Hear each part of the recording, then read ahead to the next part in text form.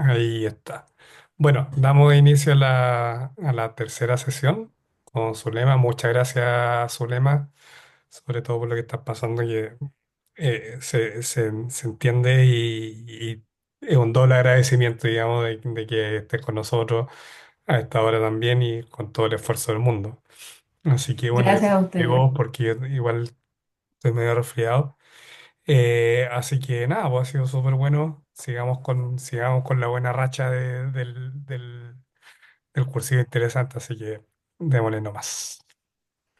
Ok, La pantalla es toda gracias, tuya, gracias. el audio también. Dale, Eduardo, gracias Carolina, gracias a quienes hoy también se pudieron conectar al cursillo y pues bueno, a quienes nos puedan ver luego en diferido. Al final yo ya, digamos, en las sesiones dejaré mis contactos si alguien luego necesita conversar algo específico sobre R, sobre visualización, sobre estadística, entonces ahí me pueden contactar. Listo. Bien, un poco el reminder de lo que estuvimos viendo ayer. Ya nosotros estamos en el tercer componente esencial de ggplot2, que son las geometrías, y básicamente lo que estamos haciendo en este proceso, digamos que se conoce como layering, es decir, ir conociendo capa a capa de la propia geometría o de las propias geometrías que vamos, digamos, juntando para perfeccionar el gráfico. ¿Cuáles son esas que aparte de que uno las pueda, digamos, utilizar en conjunto, que uno pueda conocer una a una las opciones de los argumentos que quedan disponibles para poder potenciar la visualización? Entonces comentamos que, digamos, estas son las geometrías usuales. Luego yo voy a compartir un recurso, aquí en clase lo voy a mostrar rápidamente, o algunos recursos para que quienes apenas están experimentando con ggplot2 puedan ver todo el potencial que tiene respecto a geometrías. ¿Ok? Entonces, nosotros ayer, por ejemplo, estuvimos abordando, ya hemos visto Geom Smooth, hemos visto el famoso Geom Point, que es el Scatterplot, Geom Call y Geom Bar, que los utilizamos 2 días anteriores para poder ver temas de estética. Y ayer nos quedamos estacionados en Geom Text. ¿Por qué? Porque si nos vamos ya al código, eh, regularmente, digamos, si uno quiere ver a los gráficos como qué puede ser útil para o las necesidades que me surgen cuando yo necesito hacer algo en específico, siempre vamos a estar, a más de ver el gráfico per se respecto a las variables que me interesa estudiar, queremos hacerlo más informativo. Entonces, regularmente, si yo, por ejemplo, quiero destacar algo dentro del gráfico o quiero etiquetar algo dentro de los puntos de los datos, entonces GeoText forma parte de algunas geometrías que me ayudan a hacer eso. Entonces estuvimos trabajando ayer con el paquete de Survival, en particular el conjunto de datos Loop, que habla sobre pacientes con cáncer de pulmón avanzado. Y digamos, este conjunto de datos lo que tiene son características clínicas que se recabaron en un ensayo respecto a estos pacientes, ¿no? Nosotros vemos el Lung Data rápidamente. Estas son algunas de las variables que encontramos aquí, en particular, o la que resulta de importancia cuando se cargaron estos datos para el ensayo clínico, es el tiempo de supervivencia de los pacientes, el estatus del paciente, es decir, personas que en cambio se dedican al tema de estadístico per se, es un conjunto de datos mucho para practicar temas de análisis de supervivencia. Y por eso encontramos la variable estatus que tiene que ver con, bueno, si el dato es censurado, es decir, si el paciente hasta dónde se le hizo el seguimiento, o si el paciente está ya en estatus de fallecido.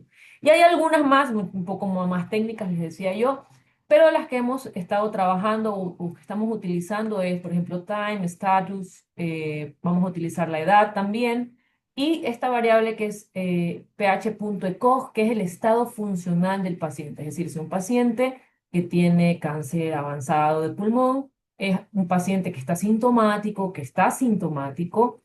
que permanece menos tiempo postrado en cama, o por mucho tiempo postrado en cama, o definitivamente está totalmente en cama. ¿Ok? Entonces, el último gráfico que estuvimos viendo, digamos, sin hablar del texto, que era lo que queríamos construir, era plot time, ¿no? Ayer lo tenía como plot tiempo, hoy lo he vuelto a hacer lo mismo, digamos, asignarle un objeto, porque ya todo esto lo hemos topado que se ha hecho en cada parte del layering de este gráfico. Ahora simplemente le he puesto en inglés plot time. ¿Ok? Entonces, hasta ayer nosotros lo que vimos es que los dos puntos atípicos que veíamos, en particular estos pacientes de cáncer avanzado de pulmón que tienen un tiempo de supervivencia mayor a 2 días, logramos llegar a la parte en que los destacábamos. ¿Cómo los destacábamos? A través de la misma geometría de puntos, un tercer layering que hacíamos y utilizábamos una forma diferente para destacarlos. Por ejemplo, en el gráfico de ayer, la forma era un círculo, ¿no? Yo ahora que lo volví a correr, lo único que hice fue utilizar otra forma, el shape número 23, y vemos que es un rombo, ¿no? Y eso ya depende de cada quien cómo lo quiera utilizar. Entonces, la idea de esto era retomar el gráfico porque queremos ver, además de lo que hicimos con GeoNText ayer, es decir, conocer un poco cómo era su parte estética, cómo eran sus atributos fijos, qué era lo que en sí hacía la geometría. Ahora vamos a ir a la tarea que queríamos hacer, que es, bueno, ¿qué pasa si yo tengo, por ejemplo, estos outliers y yo es a esos puntos a los que le quiero poner un texto, ¿no?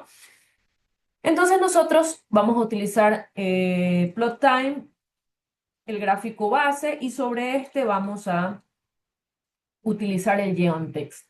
La intención, como menciono, de este geontext ahora es exclusivamente poner en los dos puntos que ya están destacados un texto. ¿Ok?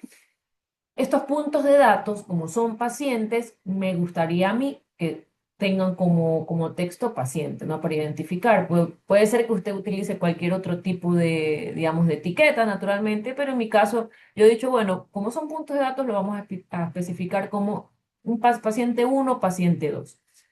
Entonces, las geometrías, habíamos ya también mencionado que, digamos, son mucho más específicas o es mucho más útil si yo necesito hacer cosas muy particulares respecto a los subconjuntos.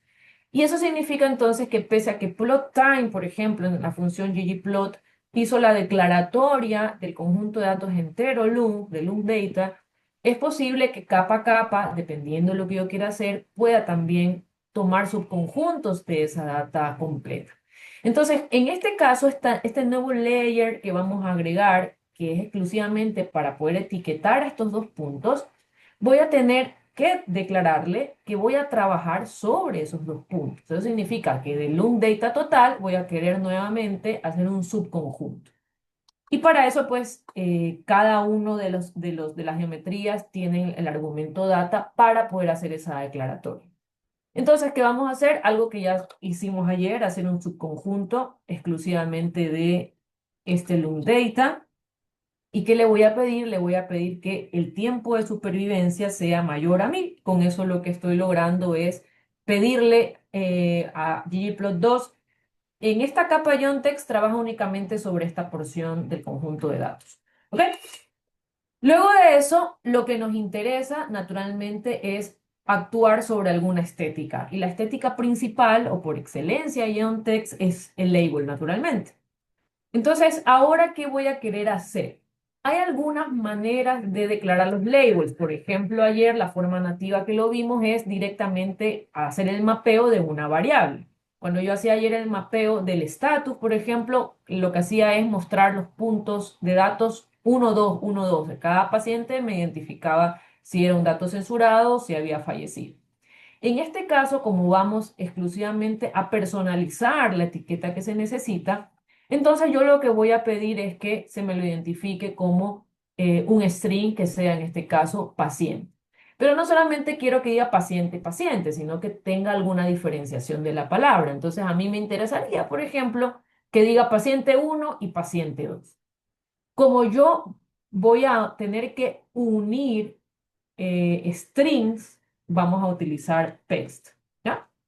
Un poco lo que yo ya también he conversado en estos días es que no debe ser una barrera el que personas que tal vez son introductorias en los temas de R, en los temas de visualización, empiecen a ver funciones que a lo mejor puede ser que las han leído, pero no las han utilizado, no las utilizan con frecuencia.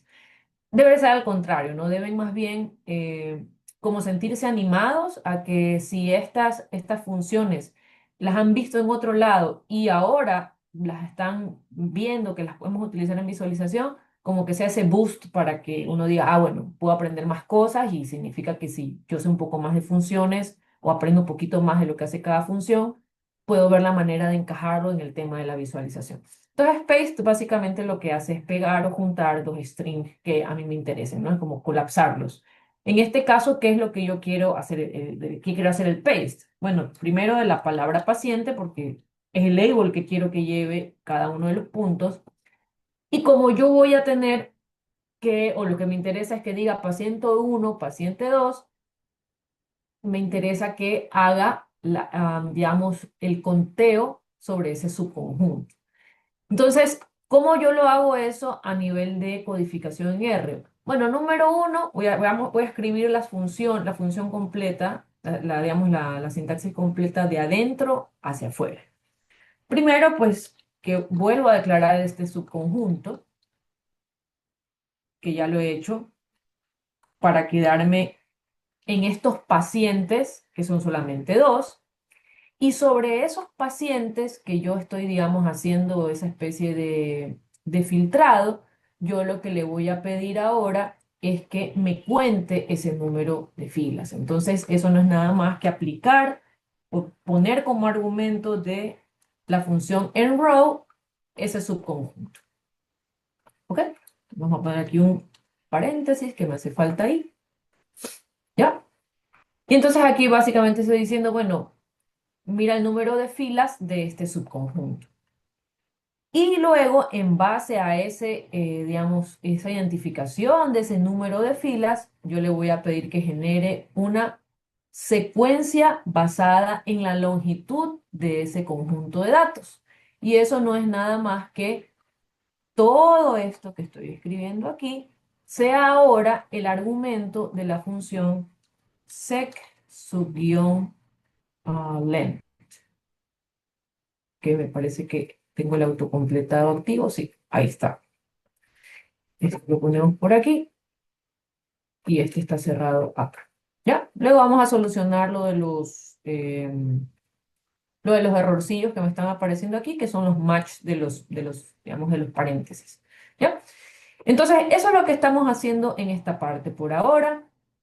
Lo que estamos diciendo simplemente es la etiqueta que voy a construir ya no va a ser mapeada directamente a una variable, sino que va a ser un texto que va a estar basado en poder unir el string paciente con una secuencia que se genera basada en la longitud del número de filas de este subconjunto de datos que he hecho de long data.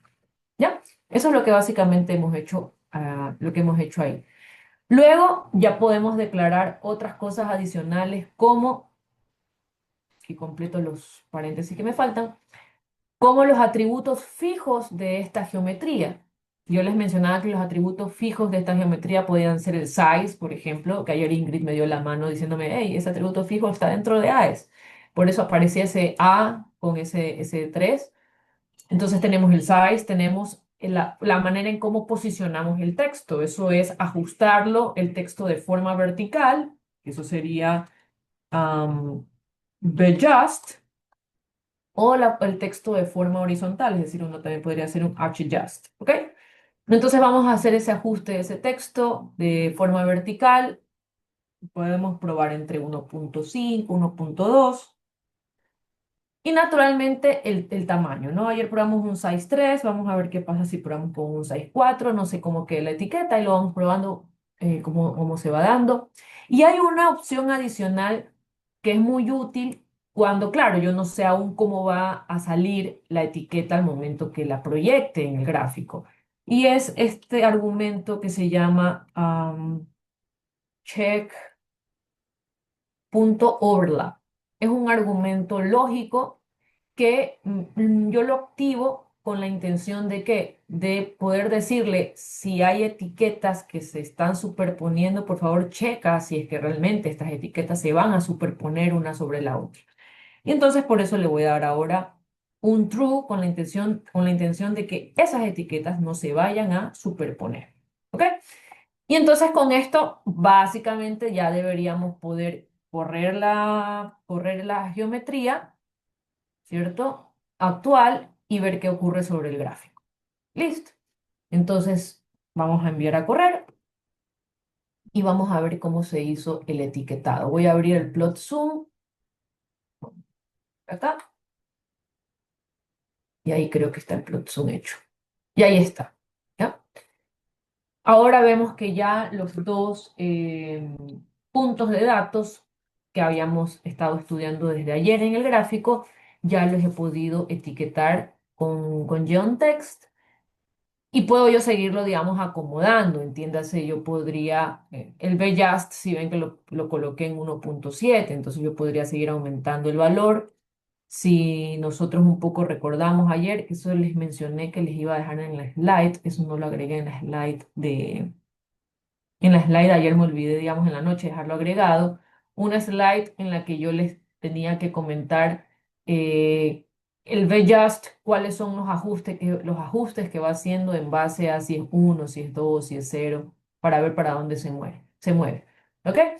Pero, digamos, de forma general, es lo que se puede ir haciendo con los ajustes del texto, ¿no?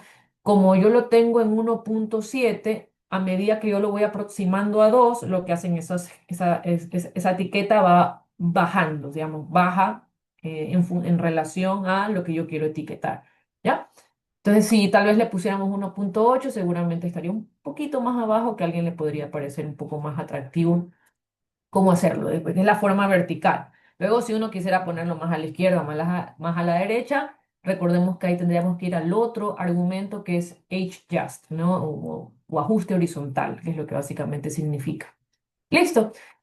Em, sobre esto aquí, bueno, uno podría ponerle también negritas a la palabra, si le interesa, es posible hacerlo. Hay una opción, déjenme ver el código que viene siendo eso un atributo fijo. Por acá este es estamos aquí.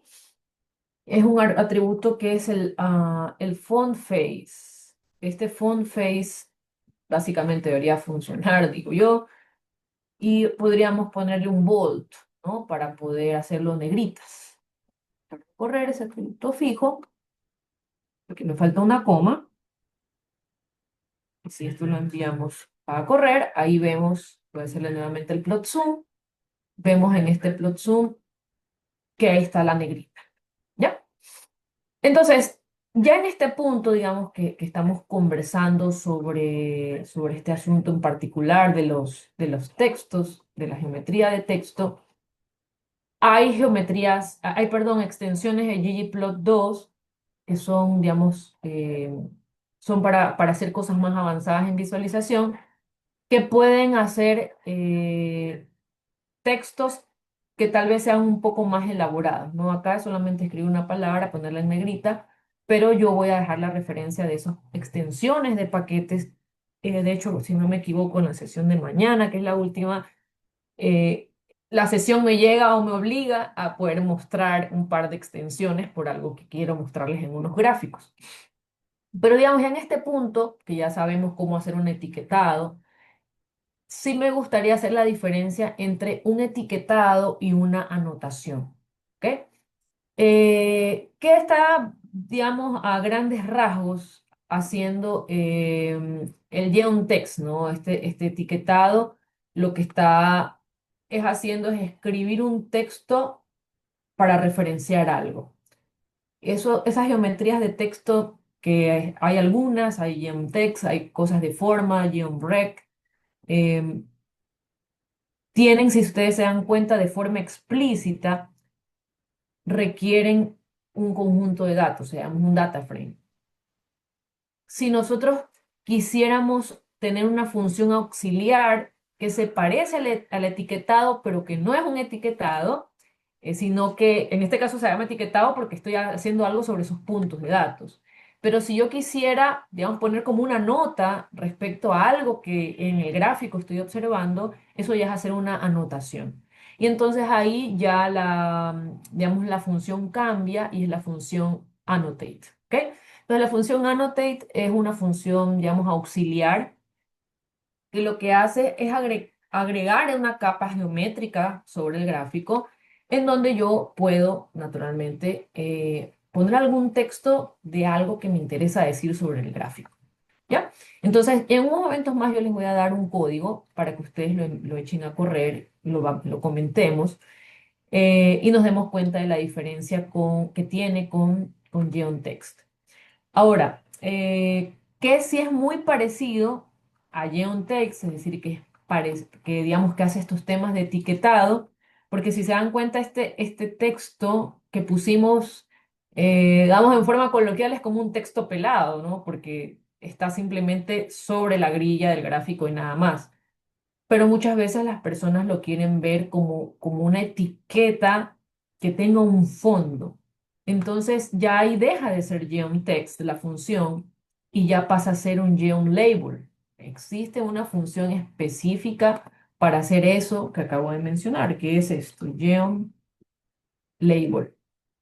que es básicamente el mismo, digamos, el mismo texto que yo acabo de poner para etiquetar, pero que aparezca dentro de una cajita, ¿ya? Y tenga un fondo. El fondo regular es blanco, pero luego uno le podría cambiar el fondo. Entonces veamos un poco cómo funciona GeoNText. A nivel de geometría es muy parecido a GeoNText en el sentido estricto de que vamos a poder declarar un subconjunto de datos. Recordemos que los etiquetados están caracterizados porque voy a hacer referencia a algún punto de los datos o a, a una parte del subconjunto de los datos. Entonces voy a poder hacer eso, ¿no? Voy a poder tener o declarar el subconjunto sobre el cual quiero hacer el etiquetado, voy a tener las estéticas iguales, label, voy a tener los ajustes del texto, es decir, the just, age just, y lo que un poco va a cambiar es que como ahora el texto va a estar dentro de una cajita, voy a tener argumentos adicionales para, por ejemplo, poder decir, quiero que el margen de la cajita sea más grueso o sea más fino. Quiero que el radio de las esquinas sea de un valor, es decir, si las esquinas de la cajita son más redondeadas, si las dejo directamente como un rectángulo blanco. Es decir, esos son los argumentos de label punto algo, es decir, donde yo estoy ordenando con ese argumento, trabaja sobre ahora la cajita. ¿Ya? Entonces vamos a hacer ese label que como se darán cuenta en lo que he dicho es muy parecido a text, pero lo único que lo está diferenciando, digamos, acá es que voy a poder diferenciar la caja esta, la famosa caja que yo digo, en la que estoy trabajando sobre ese texto en sí. ¿Ya? Entonces vamos a hacer ese label. Voy a volver a escribir lo mismo de label respecto al subconjunto. Es decir, voy a hacer un data, subset, lung data con un tiempo mayor a 1000. ¿Qué es lo único que voy a adicionar aquí que no tiene algo que ver estrictamente con visualización, sino que lo dejo como un fact adicional para ustedes? Es que dentro del argumento data, ustedes pueden crear un objeto, ¿ya? Es decir, yo podría este subset loom data time trabajarlo en una línea de código aparte, asignarlo a un objeto y luego venir y colocar el objeto acá. ¿Ok? Eso es lo que regularmente uno hace cuando está en manipulación de datos. Pero como lo que yo he venido tratando de profesar todos estos días en los temas de visualización, es tratar de ver cositas que pueda seguir realizándolas dentro de las mismas funciones de las geometrías o de la función de ggplot. Entonces, es posible que ustedes este subset que está aquí lo asignen a un objeto.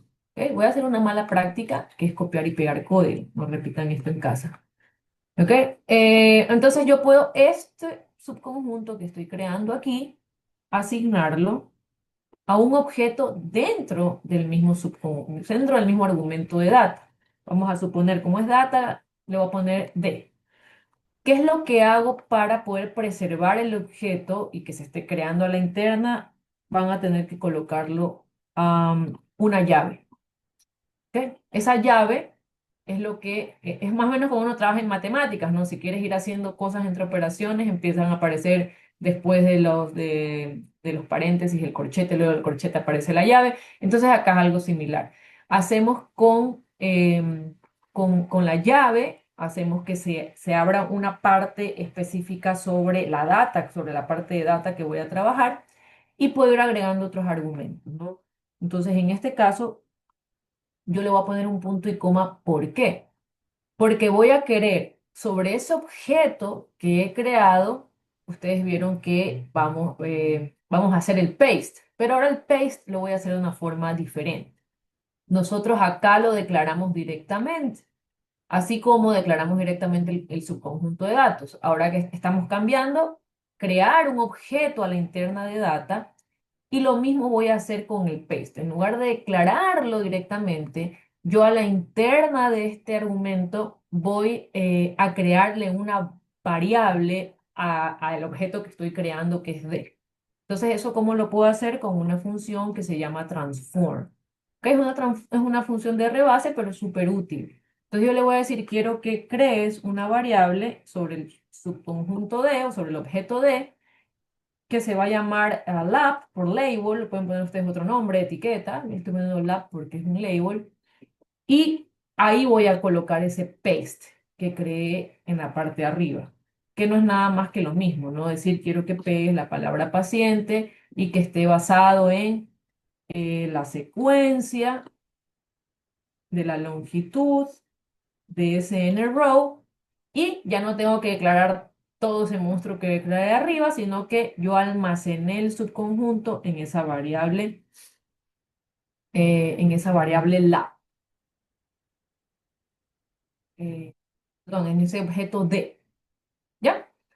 Eso es, digamos, solamente como un hint adicional para personas que sean como muy estrictos en la forma de manejarse en la programación en R. Yo me he encontrado digamos, personas que son muy relajadas, que dicen, bueno, creo el objeto y de forma separada, manipulo de forma separada y me tiro a visualizar.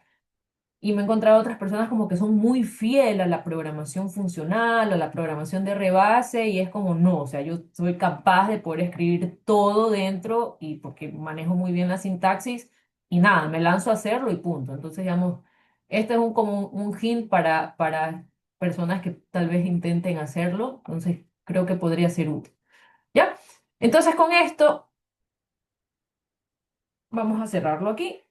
Déjenme ver si me falta uno más. Ahí me falta uno más. Ese haría ya un label, no lo voy a cerrar. Lo que voy a cerrar ahora es...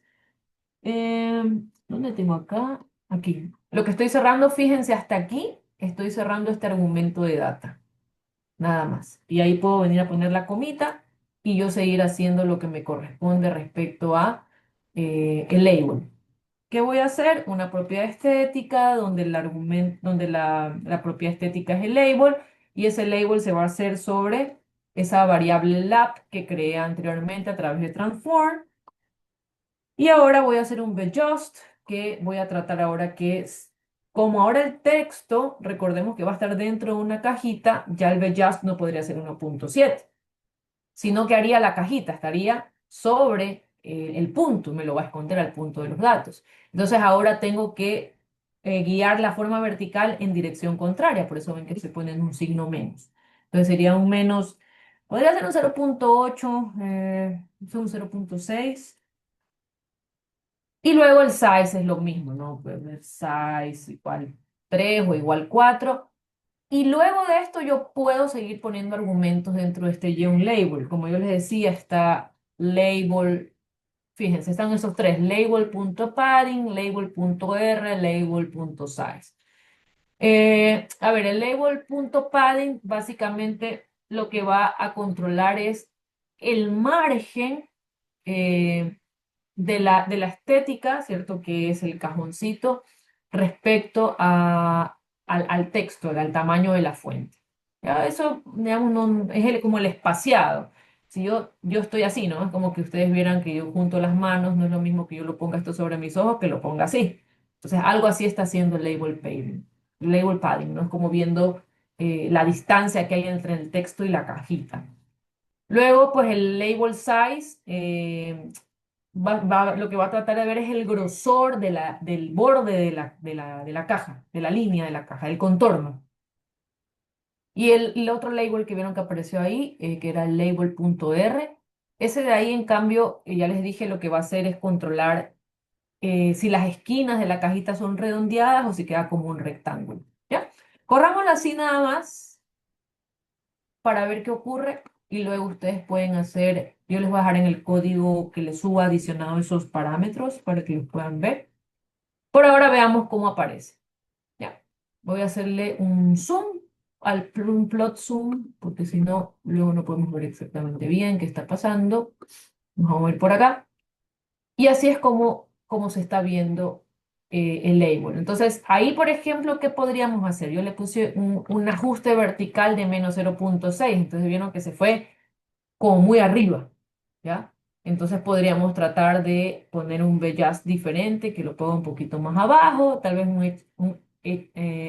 H-Just que lo gire un poco a la izquierda.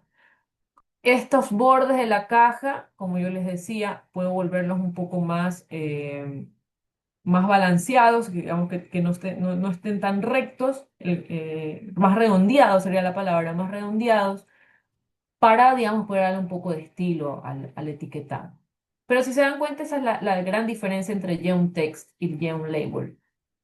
Ambos me sirven para etiquetar, la diferencia es que el Geom Label me va a dejar que el texto esté dentro de esta cajita, per se. ¿Ya? Entonces, con eso, hasta ahí, bueno, no sé si alguien tenga alguna pregunta, me la puedes dejar escrita en el chat, no hay inconveniente, y ahí la vamos revisando. Lo que iba a hacer era esconder este share. Voy a dejar de compartir y voy a recompartir porque hay un share que me está molestando cuando estoy intentando escribir. Ahí, ya, ahí está mejor. ¿Ok? Entonces, hasta ahí, lo que nosotros hemos, digamos, recorrido de las geometrías tiene que ver con este asunto de bueno, básicamente ver los argumentos de data, los argumentos asociados a los mapeos que se están haciendo, los atributos fijos de las geometrías, que puedo crear objetos dentro de data, geometrías muy útiles como geonText, geonLabel, y yo les decía que hay una diferencia entre estos etiquetados y las anotaciones. Entonces yo les voy a dar un código, en este momento se los voy a pasar por el chat de Zoom, para que ustedes vean cómo luce una anotación. ¿Ok? Voy a pasárselos en este momento para que ustedes puedan ver exactamente cómo luce una anotación. Y lo comentamos un poco una vez que ustedes lo corran. Depende cómo ustedes tengan el objeto que guardaron, ¿no? Si se dan cuenta, el código que yo les estoy pasando tiene un plot subguión tiempo, ¿ya? Yo, hoy que empecé a trabajar en la sesión, yo le asigné ya otro nombre, por ejemplo, le puse plot subguión time. Pero lo que estoy tratando de mostrarles ahí es la función annotate, ¿no? Como se ven, es súper larga de escribir. Pero la vamos a explicar, es decir, yo la voy a colocar el código aquí vamos a ponerlo aquí, vamos a colocarlo por aquí para que lo expliquemos, ¿ya? Voy a colocar por aquí, ya se los pasé a ustedes. En mi caso yo tengo plot time y voy a enviarlo a correr para que ustedes los vean y lo vamos comentando. De primera, decir que annotate no necesariamente es una función auxiliar que requiera que yo le declare un data frame.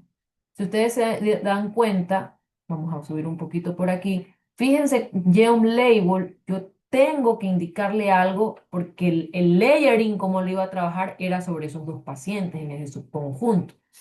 Yo acá en Annotate no le tengo que declarar un data frame. Yo lo que tengo que declarar en Annotate es ¿qué geometría quiero que se muestre? ¿Qué es lo que quiero anotar? ¿Qué es lo que quiero destacar? ¿Cómo lo voy a hacer? Por eso habla de geometría. Entonces, por ejemplo, yo le estoy diciendo aquí que se haga un rectángulo y que ese rectángulo vaya a tener un texto. ¿Ok? Entonces, por eso ustedes ven que esta sección tiene dos capas auxiliares de Annotate. Una capa auxiliar de Annotate en donde yo le estoy diciendo anota, es decir, dibuja básicamente una forma de rectángulo. Ese rectángulo, ¿qué medidas va a tener? Eso me lo da Xmin y Xmax. Es decir, cuánto va a ser de forma horizontal y cuánto va a ser de forma vertical. Es decir, tengo que definir dónde empieza Xmin, dónde termina Xmax de forma horizontal y lo propio de forma vertical con el mínimo y el máximo del eje de las ordenadas. ¿Ok? Luego, utilizar, como va a ser esto una figura, un rectángulo, va a venir en sólido. Y por eso es que yo puedo utilizar el argumento de transparencia, porque si mi intención es dibujar el triángulo, el rectángulo para destacar algo, entonces es válido, porque es como que esté haciendo un highlight, ¿cierto? Y ese highlight tiene que tener una transparencia para ver qué es lo que yo quiero destacar, ¿ya? Y el fill va a ser otro atributo que ya conocemos que lo que hace es rellenar, entonces es como, bueno, ese rectángulo de qué color lo voy a rellenar. Eh, Va a venir de manera básica de color sólido, ¿cierto? Bueno, ese color negro, pero yo le puedo cambiar ese color con el fill. Con eso solamente estoy haciendo el rectángulo. En este caso, estamos tratando de trabajar sobre estos dos puntos, que es lo que hay que destacar, estos dos outliers. Entonces, si yo envío a correr este annotate, fíjense qué le pasa al gráfico. Si se dan cuenta que lo que hace es como que yo tomo un resaltador y le hice esto, ¿ya? A los puntos. Y ahora lo que estoy diciendo es, bueno, esto que he resaltado, yo voy a hacer un comentario en el gráfico respecto a lo que he resaltado. A eso se refiere con que luego yo coloque un texto explicativo. Eso va a ser otra capa con el mismo annotate, pero que ahora esa geometría va a ser de texto. ¿Ok? Es decir, que voy a escribir. Y por eso ustedes ven que tiene un label que, en el que yo he anotado, bueno, qué es lo que quiero que luzca o qué quiero que vaya y de qué color quiero que sea la letra. Se la pueden poner en negrita con font face, pueden ser que el tamaño sea grande, pequeño, se pueden hacer cosas adicionales. Pero voy a enviar a correr todo digamos, el código para que ustedes puedan ver cómo queda el gráfico. ¿Ya? Muestro esto no solamente para hacer la diferencia entre las etiquetas y las anotaciones, que creo que es un contenido importante técnicamente al momento de que uno lo habla, sino porque hay cosas adicionales que uno le quiere hacer a su gráfico. Entonces, una de esas es querer escribir encima del gráfico por el motivo que sea. ¿Ya? Entonces, ahí estamos viendo este ejemplo en el que podemos también, a más de etiquetar los puntos de datos, nosotros estamos haciendo una anotación sobre algo en particular, que en este caso era destacar que esos dos pacientes sobre los que lancé ese subrayado creado con el annotate de REC y de text, es que son pacientes con supervivencia de mayor a 1000 días. ¿Ok? Entonces, con eso, estaríamos, digamos, topando poco lo estándar avanzado Disculpa, Zulema, que te de... interrumpa, es que hay una pregunta en Ajá, en el chat. claro. Eh, Ujú, Ion dice una consulta. El número ajá. 2 que aparece en el min y max es para el ancho de la barra. Sí, correcto, digamos, es porque recordemos, o bueno, digamos, ¿qué es lo que estoy haciendo aquí? Yo estoy diciendo, bueno, ¿de dónde parte, que es el mínimo? Y yo estoy diciendo, bueno, quiero que tome el valor mínimo, ¿cierto? De esta variable mayor a 1000 respecto a la edad y a eso le reste 2. Es solamente como un ajuste que uno hace de forma horizontal, como cuando uno quiere mover cosas en un plano cartesiano, ¿no? Lo que hace es que suma o resta cosas. Entonces, básicamente es del número total que significaría de donde parte, como moverlo, hacer una traslación, nada más del valor de donde va a iniciar. Podría haber sido otro número, en realidad, pero solamente es como para poder explicar la traslación sobre cómo se la puede construir.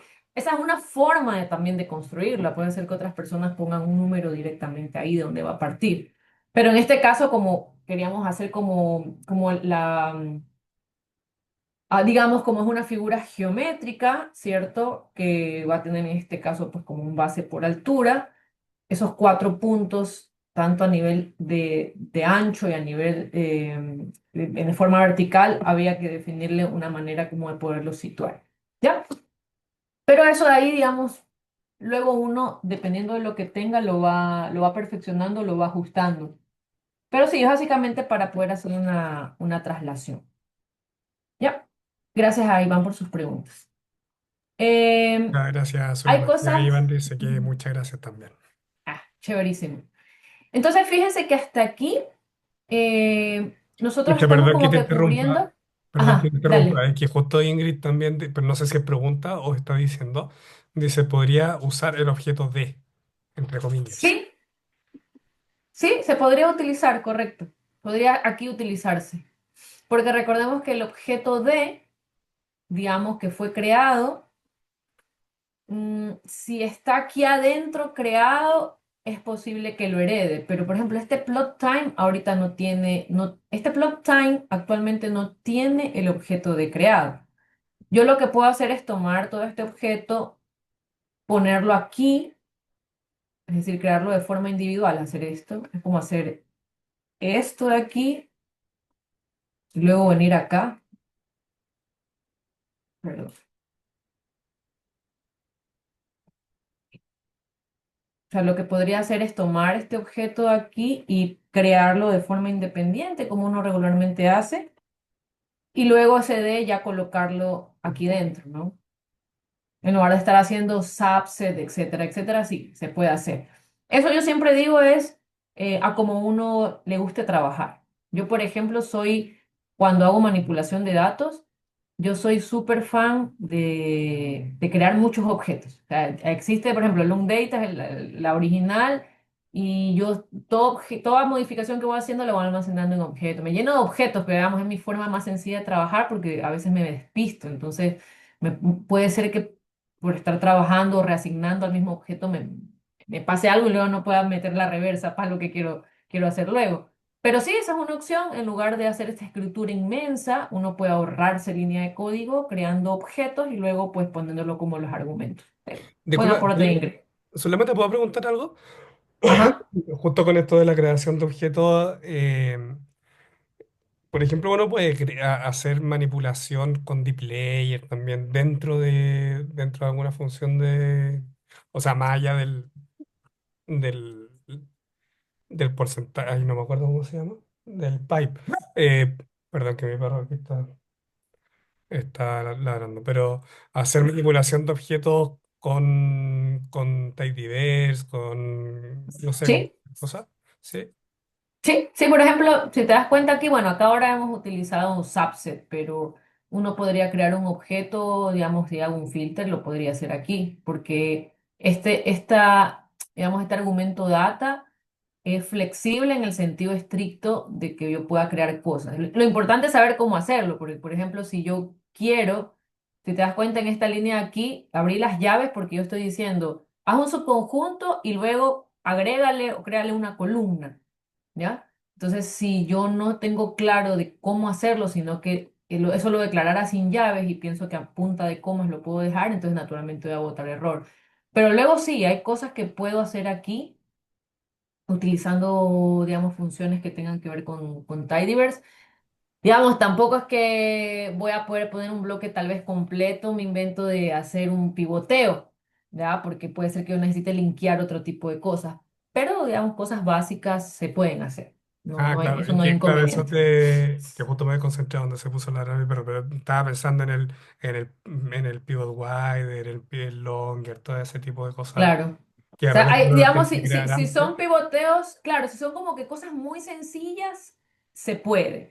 Porque el problema de tratar de como de poner todo ese bloque de código grande, de tareas de manipulación mucho más difíciles, puede llegar un momento en el que sí, el código se rompa, porque no va a entender el argumento data eh, como un espacio, por ejemplo, o como un pipe combinado con otro pipe esté trabajando dentro de ese argumento, ¿ya?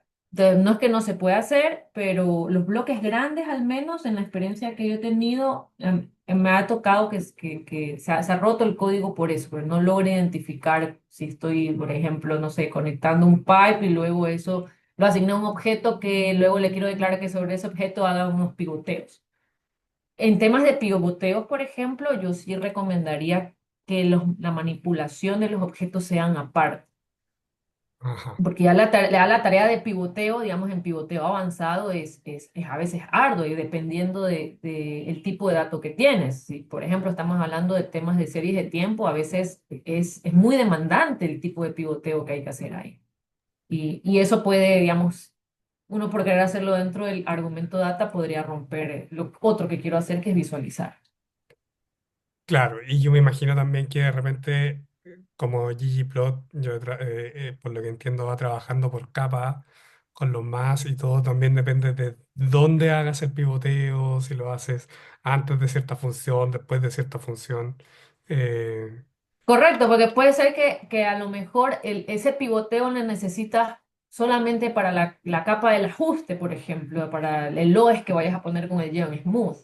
Entonces ahí es útil y no te va a romper todo lo demás que construiste en las otras partes del layering, ¿ya? claro, Pero, digamos, ese es el punto a favor que tiene. Pero sin embargo, entre las limitaciones que existe cuando son manipulaciones de datos como muy exigentes, que por sí cuando uno las trabaja aparte se, digamos, como que se echa a perder el código, es preferible como manejarlos por separado. Si es algo muy simple, por ejemplo, acá fue solamente hacer un subconjunto y crear una variable adicional, una columna que almacene algo, bueno, eso no es nada del otro mundo, digamos. Pero el ejemplo que estamos tomando ahora que mencionaba, los pivoteos, el pivoteo avanzado a veces es muy peludo, nos cuesta, y es ajá, preferible trabajarlo aparte. sí. Muchas gracias. ¿No? ¿De qué? Gracias a ti, Eduardo. Entonces, fíjense que hasta aquí nosotros hemos trabajado el tema de las geometrías de una forma muy estándar. Yo he dejado en las slides unos highlights, ¿no?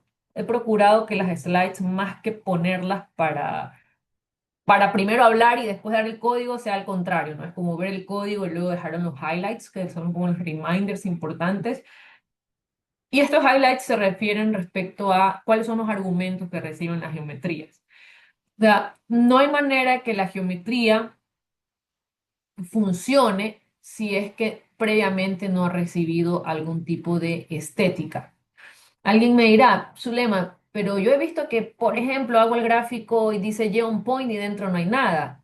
Claro, porque implícitamente Geon Point está recibiendo una estética que declaraste en el mapeo global en la función ggplot. Recordemos que uno en la función ggplot dice, bueno, tengo el data, pipe, ggplot, abro paréntesis, punto, coma, y ahí viene un AES.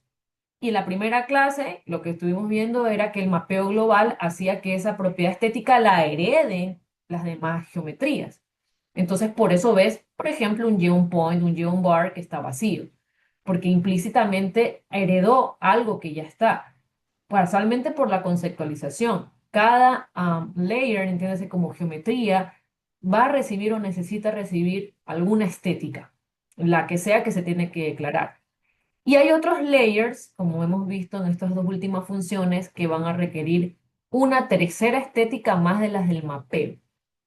Si ustedes se dieron cuenta, en GeoLabel y en GeoText no solamente bastaba con el mapeo de los ejes, o sea, yo sé que tengo la variable h y la variable time, sino que yo necesito aún tener que agregar algún tipo de mapeo de otra estética, en este caso el argumento del label, para poder hacer, digamos, para poder ver qué es lo que hace la función. O sea, GeoText sin el argumento label no va a poder hacer nada, y ese label es un mapeo adicional por fuera del mapeo básico que es el de los ejes.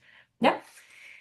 Estos son los dos sites que les he dejado para que ustedes puedan checarlos. Voy a abrir rápidamente esta página, Data2Bs. Aquí ustedes pueden encontrar algunas de las cosas que ya hemos topado. Por ejemplo, los cavets son los pitfalls que estuvimos checando. Déjame ponerlo desde cero, el data2bs.com. Y aquí encuentran cosas súper útiles, ¿no? Por ejemplo, esto me parece una de las cosas mucho más útiles. En su momento estaba en la página de ArtGraph Gallery, luego no sé qué pasó que no encontré el link de, digamos, directo que te redireccionaba acá, pero es este mapa en el que te explican, bueno, qué pasa si tengo una variable numérica, dos variables, tres, qué gráfico le corresponde. Digamos que cuando uno está aprendiendo, digamos, uno va a la clase básica de estadística y tiene que luego enseñar organizadores gráficos. En la importancia de ver la naturaleza de variables es para luego uno haga el match con con organizadores gráficos, de saber que no voy a agarrar, no sé, un Geon bar o digamos un diagrama de barras para poner ahí una variable continua, por ejemplo. ¿Ya? Entonces esto es súper útil. Hay cosas naturalmente para otras áreas, para la gente que hace mapas, para la gente que trabaja con redes. Está SF Networks que trabaja muy bien para temas de redes, de los nodos. Y bueno, y series de tiempo, que en su momento cuando estuvimos conversando con Inés y se iba a hacer la propuesta del curso, y decía, bueno, podría hacer un curso de visualización para series de tiempo, pero luego pensamos en, digamos, en la audiencia y es como, bueno, sería bueno mejor un tópico de visualización general y luego si en algún momento se da la oportunidad se puede hacer algo muy específico para series de tiempo. Entonces, este Data to Bees está también creado por Jan Holtz. Hay mucho material que he traído para el curso que está basado en la documentación que él hace. Él, de hecho, trabaja cosas exclusivas de visualización para R. Y ustedes pueden, he dejado aquí para que puedan visitar el site de Jan.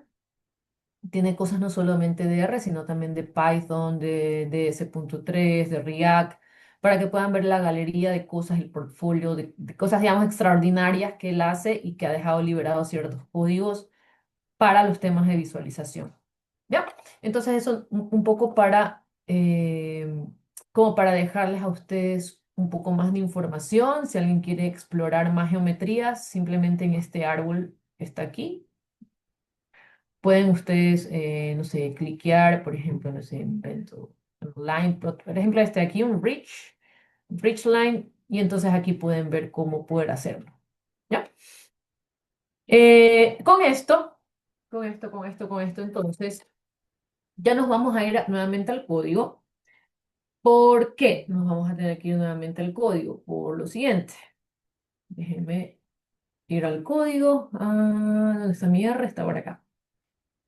Porque ustedes recordarán que si yo activo cualquier función geom, voy a poner cualquiera, vamos a poner la típica geom point, ustedes se dan cuenta que aparecen otros argumentos ahí por destacar, que stat, position, ¿cierto? Y esos argumentos, digamos, están ahí porque son la manera de que podamos regular ciertas cosas en los gráficos. Entonces, hasta ahora lo que hemos visto es cómo las capas controlan lo que se dibuja. De hecho, si ustedes se dan cuenta, las capas son aditivas, hablando exclusivamente de la geometría. Yo puedo hacer geometría por tras geometría, repetir la misma geometría, pero para hacer cosas diferentes. Y por supuesto que en algún momento el orden va a importar, ¿no? Puede ser que el código se rompa si tú quieres hacer el paso B, pero tenía primero que ponerse una geometría previa para que aparezca. A eso se refiere con que, digamos, las geometrías tienen un sentido aditivo y es importante saber en qué forma las voy ordenando. Pero hay otro ajuste importante que va a tener el gráfico a través de las geometrías, que es este argumento position, ¿ok? Que ese es el argumento que vamos digamos, a entrar a ver ahora, el argumento position. Y, digamos, técnicamente lo que está haciendo ese argumento position es pensar por un momento qué pasa cuando nosotros tenemos muchos datos en el mismo lugar. Es decir, tengo aquí un punto de datos y encima está otro. Digamos, alguien podría pensar hay un solo punto, pero no, hay dos puntos de datos y uno quisiera diferenciarlos. Entonces, cuando los puntos de datos, sea un scatter plot, o sea en una barra, o sea en una caja, se están dibujando uno encima de otros, ahí se puede ocultar información que nosotros necesitemos luego para el objeto de estudio. Y entonces ahí es donde aparece este argumento que es el argumento position, que lo que, digamos, está haciendo es como controlar la forma en que los elementos del gráfico se posicionan, de ahí es el nombre. ¿Y cómo es esa posición, digamos, de la relación entre sí? Ya estamos diciendo que si se superpone uno sobre el otro, estamos tratando de ver esta posición, si luego es posible que yo la desplace tal vez a un punto para ver al otro, o tal vez no, porque a veces la transparencia no va a bastar, porque si hago transparencia para ambos puntos, pues en lo mismo se está como perdiendo el que está traslapado. Entonces, a la larga, el trabajo principal que tiene Position es como ajustar la ubicación de estos elementos dentro del gráfico para que no se superpongan. Entonces, este argumento Position, que como pudieron ver, si yo nuevamente vuelvo a correr acá, pueden ver que es un argumento de las geometrías. Este argumento Position se puede ver de dos maneras o digamos, lo podemos ejecutar de dos formas. Lo podemos ver como un argumento propio de la geometría, como lo mostré ahora. A eso le llamamos utilizar un position como un string, porque significa que dentro de la capa de geometría de cualquier geom voy a encontrar el argumento position y dentro de ese position pues voy a hacer position igual, ahora string y voy a declarar las opciones que tengo ahí, que ya las vamos a ver. Y la otra es que yo trabaje al argumento position o digamos a la opción position como una función individual. La gran diferencia entre las dos es que cuando yo trabajo el argumento position dentro de la geometría, en donde yo le tengo que obligatoriamente declarar con un string para elegir alguna de las opciones, yo no puedo personalizar. En cambio, si yo trabajo position con una función que se llame position subguión algo, dentro, al ser una propia función, dentro va a tener argumentos que me permiten personalizar el tema de cómo hago tal vez la ubicación mejor de los elementos que estoy graficando. ¿Ok? Entonces vamos a partir viendo position como un string, es decir, aplicar la configuración predeterminada que tendría la geometría respecto a ese, digamos, a ese argumento. Entonces, sigamos con nuestro conjunto de datos del loop, que estamos viendo los tiempos de supervivencia. Y yo recuerdo que en la clase de ayer nosotros teníamos ya graficado un geopoint point, pero lo vamos a graficar de nuevo, ya, para no tener que ir a buscar el código y tener que copiar y pegar. Creo que me demoraré haciendo más eso que escribiendo el código. Entonces, bueno, vamos a hacer un scatter plot, básicamente estábamos trabajando con age y con time, ¿cierto? En el mapeo de los ejes. Y luego decíamos, bueno, vamos a hacer un jump point y recordemos que este conjunto de datos tenía el tema de los NA. Yo tuve que hacer el subset del long data con se me incluía todo excepto los NA. Entonces eso vamos a hacer ahorita. Vamos a hacer nuevamente ese trabajo que ya lo hicimos ayer, es decir, a tener este jump point que tenga un subconjunto de long data ah, de long data y que no se incluyan DNA de la variable que era esta variable que de hecho ha quedado en el visualizador, que es la variable del estado funcional del paciente, ¿no? Que es ph.echo. Y con esto podríamos, veamos, aquí está cerrado, podríamos hacerle o declararle un poquito de transparencia para ver qué exactamente está pasando con esos, digamos, con esos datos. ¿Ya? Si yo esto lo envío a correr, déjenme ver por ahí, tenemos por ahí algo que esté fallando. Seguramente puso algo que no está posicionado adecuadamente. Creo que no cerré aquí esto, ¿cierto? Ajá, el subset no lo he cerrado. Ahí está el problema. Entonces esto lo enviamos a correr. Eh, Me falta aquí, tengo algo aquí de más, que es este. Veamos, aquí cierra, ahí está cerrada la geometría, tenía un paréntesis de más y ahora no sé qué tengo de más. Voy a correrlo sin transparencia para ver si es un tema. ¿Qué es lo que tengo aquí de más? Tenemos aquí el G+, el GeoPoint, está haciendo el subset aquí y este está cerrando esta función, está cerrando el subset, está la coma y está el alfa. Entonces, veamos qué problema estoy teniendo que no me deja, digamos, ver. Me dibuja aquí. Esto está bien. Es en el GeoPoint que tengo el problema. Tengo el data, tengo el subset de long data, tengo, ¿será este espacio puede ser?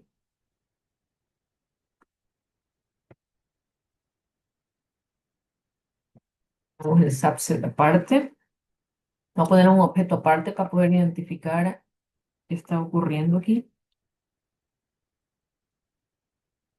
Eso lo van a codificar en vivo. Digamos que todo puede fallar. Eh, y veamos ahí.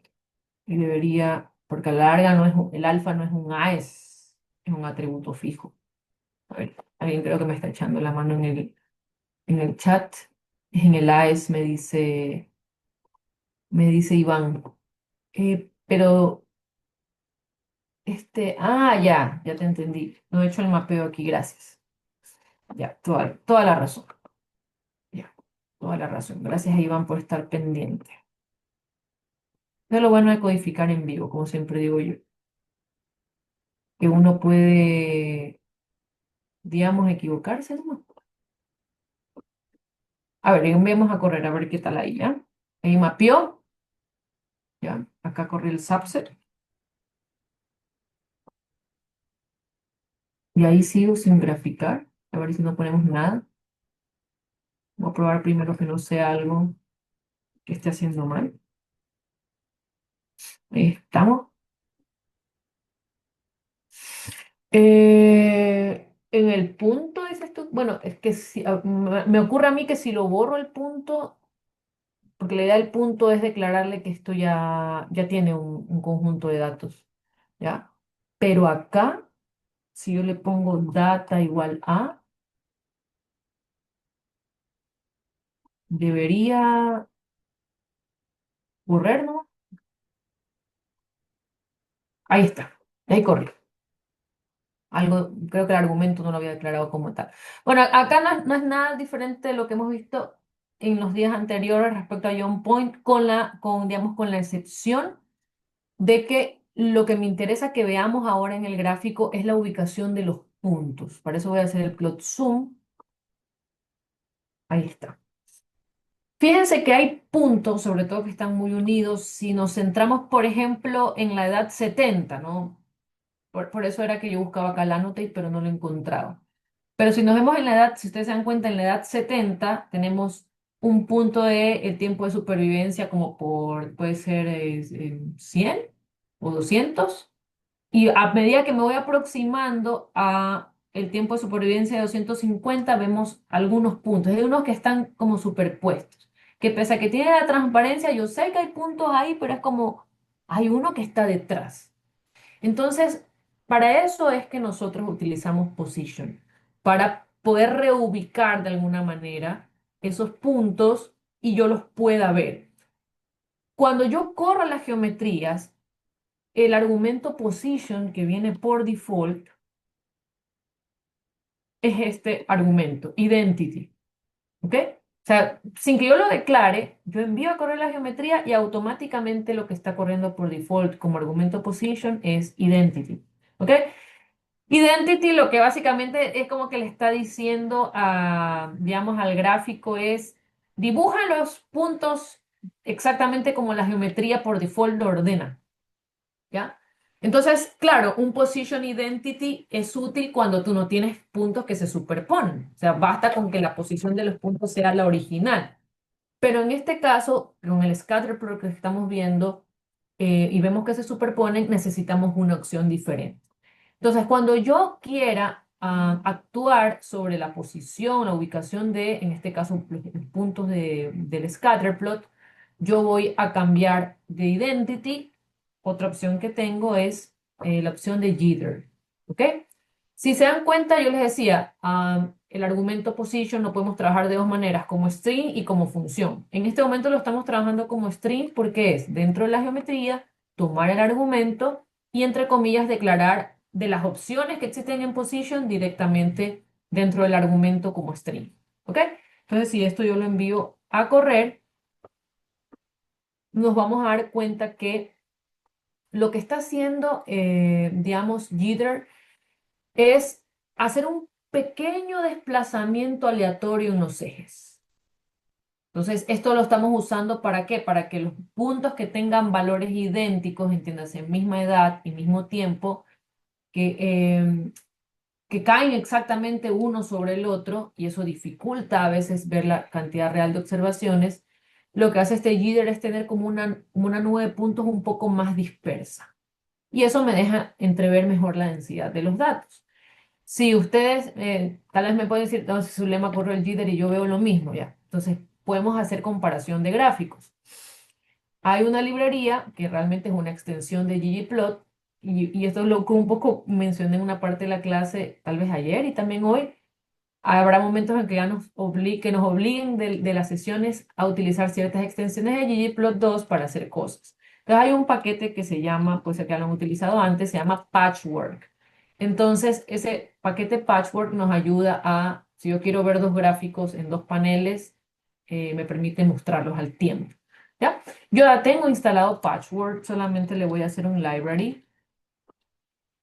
Y lo que voy a hacer es este gráfico que estamos haciendo, tener dos objetos, uno que esté con el default de position, que es identity, y otro que tenga estamos en el plot zone, ¿verdad? Ahí me voy para el código.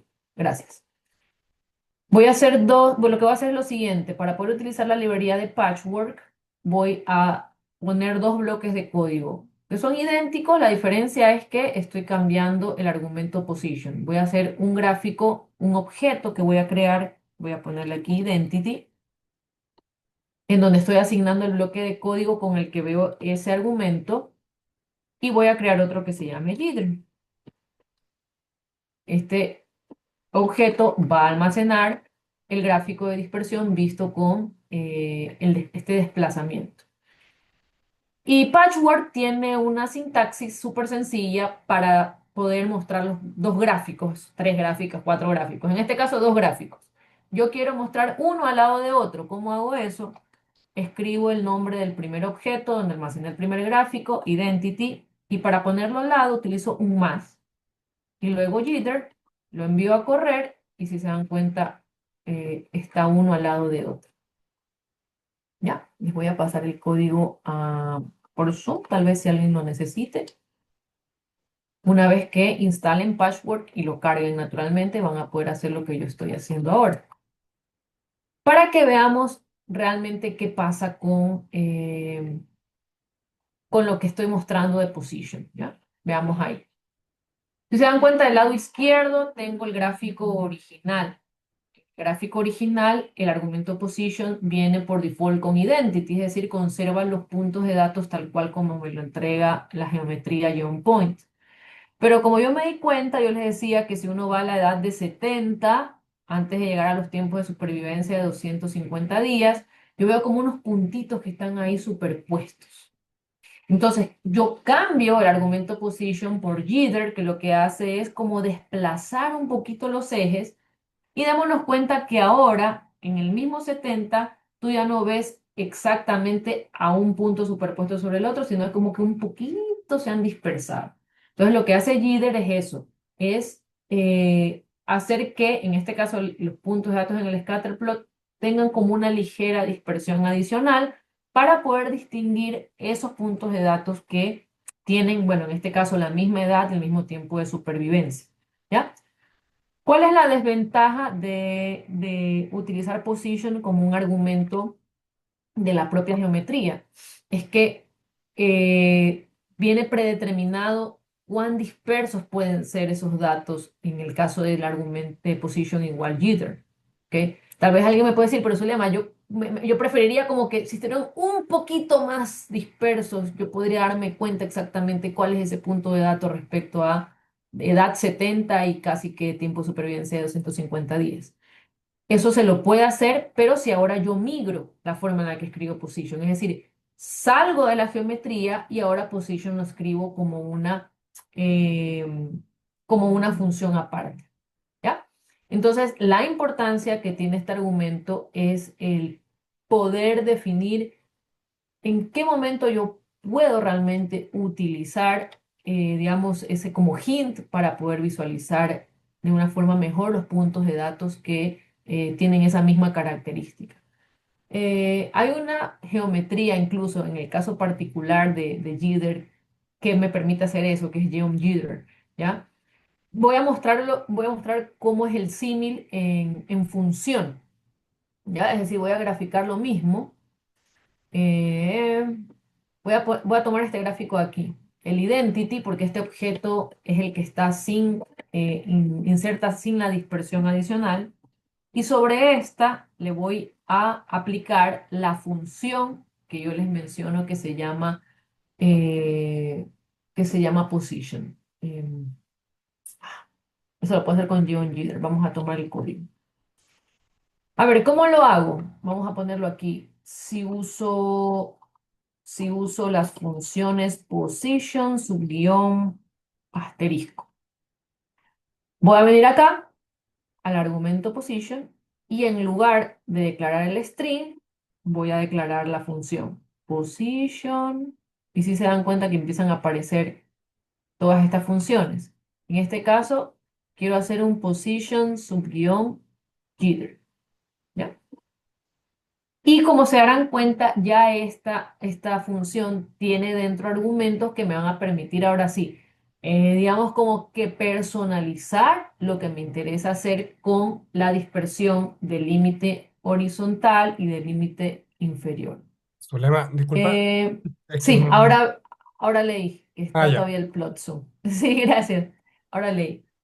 Ya, lo que estamos haciendo ahora, para recapitular, es que vamos a pasar de utilizar el argumento fijo, digamos, como string, a que dentro del argumento yo ahora le declare la función position subguión algo. En este caso, como queremos replicar lo que hicimos con el string jitter, replicarlo ahora con función, las funciones position todas tienen digamos, la estructura position subguión y el nombre de jitter, de la posición que queremos aplicar.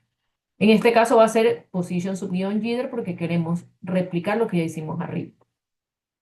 Esta función tiene argumentos que me permiten a mí controlar cómo va a ser la dispersión a nivel horizontal, de qué forma voy a regular el ancho, asegurar que, por ejemplo, se aplique el jittering o la dispersión adicional solamente sobre el eje X. Puedo fijar un ruido aleatorio como con una semilla para, digamos, si alguien quiere hacer un ejemplo reproducible, es posible hacerlo.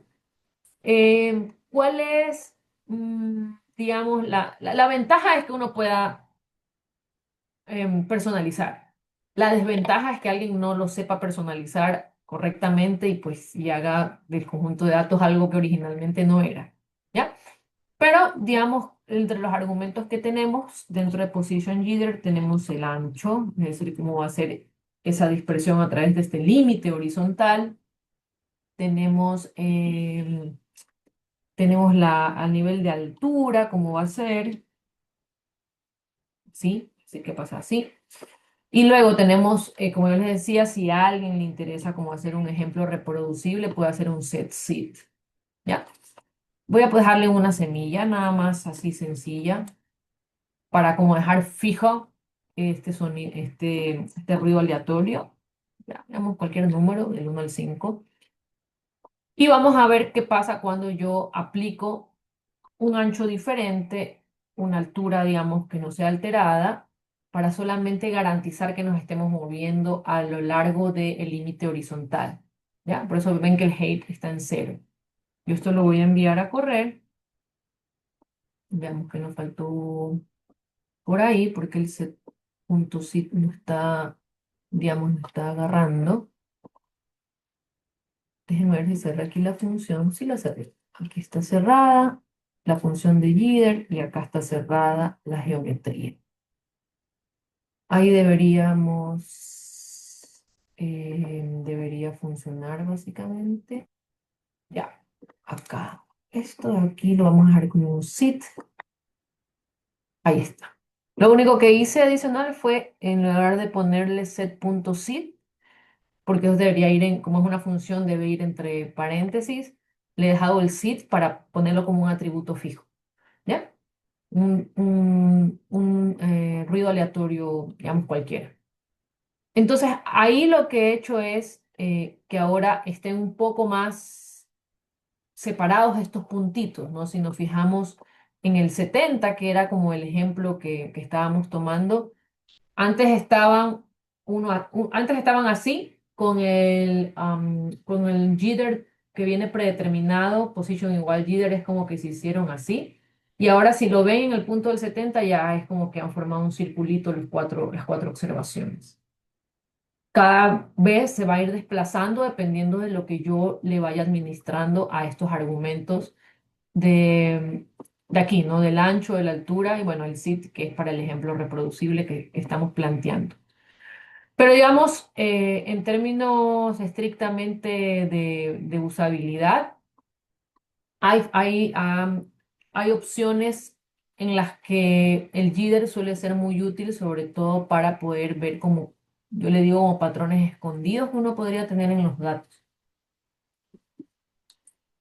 Ahora, hasta ahora, la mayoría de cosas se la hemos tratado de ver con esta geometría de puntos porque digamos, hace sentido en una geometría de puntos analizar estos temas de superposición.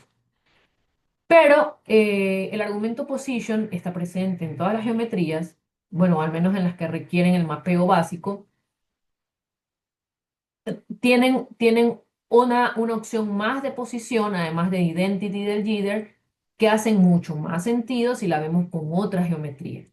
Entonces, para poder ver la otra opción de position, que es position stack, vamos a hacer dos cosas. La primera es que vamos a cargar esta librería que de hecho mañana de lleno la entramos a utilizar, que es tidyplots. ¿Por qué la estoy cargando ahora? No porque voy a hacer algo, no voy a explicar hoy tidyplots, sino porque voy a usar un conjunto de datos que vive en tidyplots y que es, digamos, útil para mostrar geometrías de barra, que es donde más utilizamos la opción de position stack. Listo. Entonces,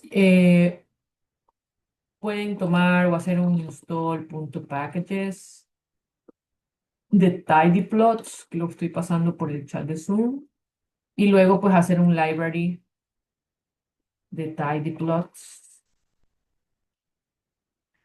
Y dentro, digamos, de tidyplots, una vez que lo carguen, hay algunos conjuntos de datos, pero en particular en este momento vamos a utilizar el conjunto de datos de energía, de producción de energía, que lo voy a mostrar mientras ustedes lo carguen.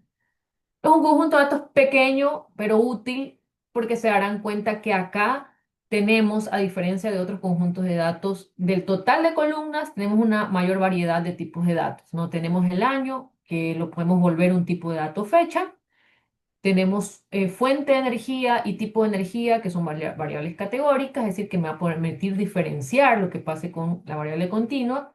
Tenemos una variable continua, que es la producción de energía, y la unidad en la que se hizo esa producción de energía.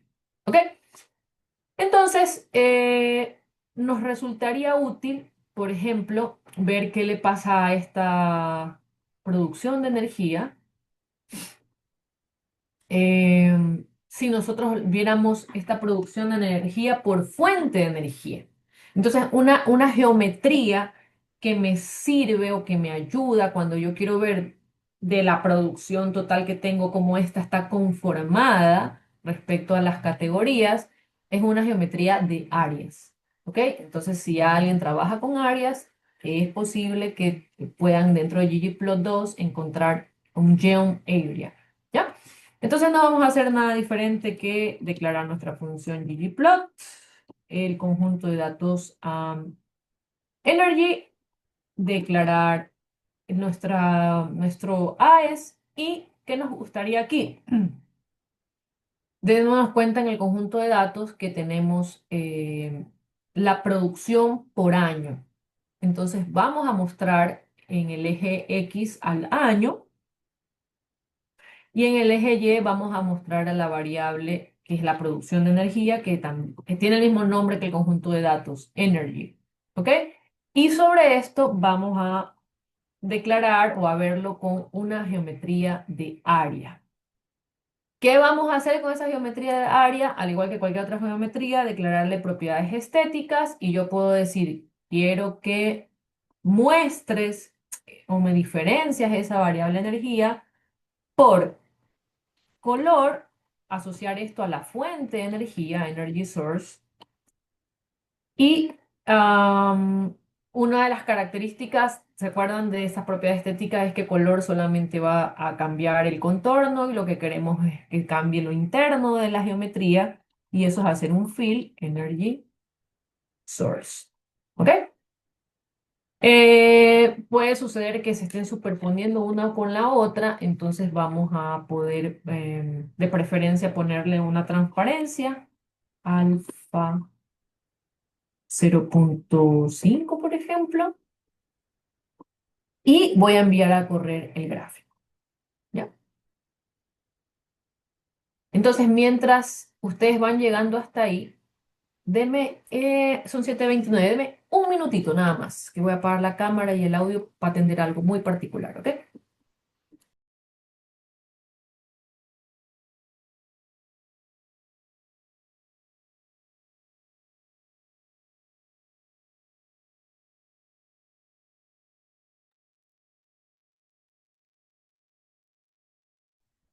Bien, si alguien tiene dudas mientras su lema va, lo pueden dejar en los comentarios y ahí yo después se los leo a lo que llegue. También recordar que, bueno, mañana es la última sesión Sí, y el certificado va a ser para las personas que han asistido a las cuatro sesiones. ¿Ya? estos certificados, bueno, ¿cuál de los dos habla peor con Eduardo? Estos certificados van a ser entregados a... Eso hay que tener cuidado, ¿ya? Porque nosotros aquí vamos a bajar los listados de asistencia y no todos tienen el mismo nombre con el que quieren estar en el certificado. ¿Ya? Eso nos ha pasado en los otros cursillos. Entonces, em, vamos a ir hacer como ver de las inscripciones, su nombre de la inscripción y ojalá que los nombres que ustedes tengan acá cuando se conectaron sean los mismos que tengan en las inscripciones. Porque nos costó mucho en otros cursillos dar con el nombre porque tenían un seudónimo acá en el Zoom, ¿ya? Así que si pueden cambiar su nombre para la última sesión de mañana para que tengan el nombre correcto que va a ir en el certificado, ¿ya? Eso, ojo. Gracias, Zulema, aquí estábamos dando algunos Ok, avisos. dale, muchas gracias. Bien, entonces, si se dan cuenta que hemos llegado hasta a esta parte de aquí, para esta geometría, de partida por ahora notarán algo súper raro en el gráfico que luego lo vamos a corregir, ¿no? Que básicamente es que cuando hemos hecho hacer el dibujo del tipo de energía de la energía distribuida por el tipo de fuente, ven como unos serruchos en el gráfico. Eso tiene una explicación. Digamos, spoiler es que en el set de datos han colocado, bueno, está armado así, digamos, si yo tengo fuente de energía hidro, ¿ya? Eso de ahí, en lugar de estar consolidado el año como una observación, han puesto o existen tres observaciones el mismo año. Entonces, hay que hacer más adelante algo que colapse esos valores para tener un solo valor de esa fuente de energía para ese año, ¿ya? Entonces, por ahora, digamos, lo de los como serruchos que se ven en el gráfico, podemos ignorarlo por el momento. La idea acá es poder ejemplificar o mostrar qué pasa con este tipo de geometrías, ¿no? Geometrías de áreas, geometrías de barras, geometrías de columnas usualmente tienen como argumento por default en position, viene stack. ¿Ok? ¿Por qué viene por default esa opción del argumento position? Porque lo que está haciendo ese position stack, es decir, que esa distribución de esa variable categórica, casualmente que intenta mostrar las diferentes categorías, se coloque una sobre otra.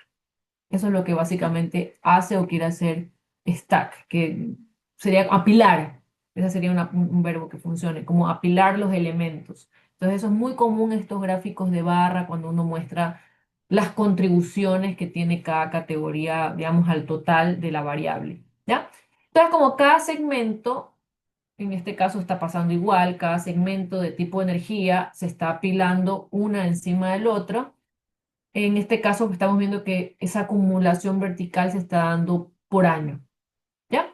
Entonces cada banda coloreada que estamos viendo ahí es un tipo de energía y digamos como que el espesor que está en un año de la producción de energía es perteneciente a la fuente en ese año, ¿ya? ¿Cuál es la ventaja de este tipo de gráficos? Voy a abrir un poquito el gráfico. La ventaja que tienen este tipo de gráficos, sobre todo pues en temas de área, porque luego uno también lo podría ver como una especie de geometría de línea, eh, tiene como ventaja ver la evolución del total y la composición de ese total, ¿no? Es como qué fuentes de energía digamos, ganan o pierden un peso relativo respecto a esa producción total. ¿Cuál es la limitación que tiene el gráfico? Es que comparar las fuentes entre sí a veces puede resultar muy difícil. ¿Por qué? Porque dense en cuenta que las fuentes, cada una de ellas, no parten desde cero. ¿Ya? Si ustedes ven la primera como ola que está ahí de fuente, esa parte nace desde cero a una altura. Y luego la que viene, que es como un fucsia un poco más claro, como rosadito, está del punto donde quedó la anterior y continúa hacia arriba. De hecho, si ven la celeste, ¿cierto? Ahí es mucho más evidente que eso no está partiendo desde cero. Entonces, por eso la limitación que tiene este tipo de gráficos es em, que la forma queda incluso un poco, redundando un poco, queda como deformada por lo que se está quedando por debajo. ¿Ya? ¿Cómo lo podemos solucionar aquí, eso de ahí? Bueno, número uno, yo diría, ¿hace sentido cambiarle el argumento position a jitter? No hace sentido porque aquí una cosa está apilada. Entonces, sería, digamos, un error técnico que, digamos, alguien que está experimentando con visualización pudiera decir o pensar, bueno, position jitter es útil aquí, ¿no? Por el propio concepto. ¿Qué puedo, digamos, hacer? Porque a la larga lo que estoy comparando es como series. Podría cambiar position, ¿cierto? De stack a otro argumento de las opciones que conozca hasta ahora. Podría hacer una geometría de líneas en lugar de hacer una geometría de áreas. Y ya, digamos, un poco algo diferente, más que avanzado, algo que forma parte de las opciones que tiene ggplot2, es hacer las facetas, ¿no? Ver como subplots de cada una de las fuentes. ¿Ya? Acá, digamos, el orden que tiene, dependiendo de lo que esté analizando, el orden puede importar o no puede importar. Pero básicamente el apilado que uno tiene, digamos, por default es el alfabético. ¿Ya? Por eso ustedes lo están viendo de esa manera. Puede uno cambiar el orden, lo puede cambiar. Hay a veces lo preocupante de cambiar el orden es cómo uno puede percibir cada como subcomposición que está teniendo ese total, ¿ya? Entonces, esos son como más bien, más que de hablar de código, es hablar un poco de la conceptualización respecto a qué uno podría pensar cuando va a elegir este tipo de gráficos, ¿ya? Desde el punto de vista de código, la solución que yo les decía que se podría dar a esto es que cambiar el position que viene por default, que es el stack, y ver qué ocurre si ahora yo lo cambio a un position identity. Ya descartamos que se haga con jitter porque no hace sentido. Entonces, si esto yo lo hago como un identity, es como que me estuviese mostrando distribución a distribución, pero todas dentro de un mismo gráfico, ¿ya? Eso a la larga es más o menos decir, estoy graficando cada serie o cada distribución de cada fuente de energía respecto a la producción de energía en un solo gráfico, uno sobre otro, a través de los años, ¿ya? Siguen estando las categorías en orden alfabético, uno las podría cambiar, las podría cambiar. Ahora bien, si nuestra intención no es ver únicamente el comportamiento de cada, digamos, de cada serie de la producción de energía por fuente de energía, sino que lo que nos interesa es comparar a través de proporciones, que digamos eso también es algo muy común. Entonces digamos, una cuarta opción que yo tengo respecto a position, ¿no? Ya hemos visto jitter, ya hemos visto stack, que es para temas de apilamiento, el identity, que me ayuda a declarar, digamos, como de forma original los datos, cómo se pensarían si uno los graficara. Pero si yo quiero verlo en temas de proporciones, hay una cuarta opción que eh, es el argumento position, pero con la opción de fill. Entonces yo voy a cambiar esto a fill, y si yo esto lo envío a correr, fíjense ahora cómo aparece. ¿Ya? Como les digo, por ahora obviemos esos serruchos. Me interesa la composición estrictamente a qué está haciendo position, al argumento position. Entonces, estamos hablando ahora acá que fill es parecido a stack, con la diferencia que está haciendo como una especie de normalización de cada grupo, ¿no? Normaliza cada grupo como a la altura, haciendo que la altura total de, en este caso del área, pero podría ser de cada barra, pues estén respecto a uno, ¿ya? Entonces ahí sí es un poco más útil cuando uno quiere comparar proporciones de cada categoría en lugar de verlo en valores absolutos como lo estábamos viendo con stack y con identity, ¿ya? Entonces eso de ahí como para poder, digamos, topar cuáles son los argumentos que nos podemos encontrar en position.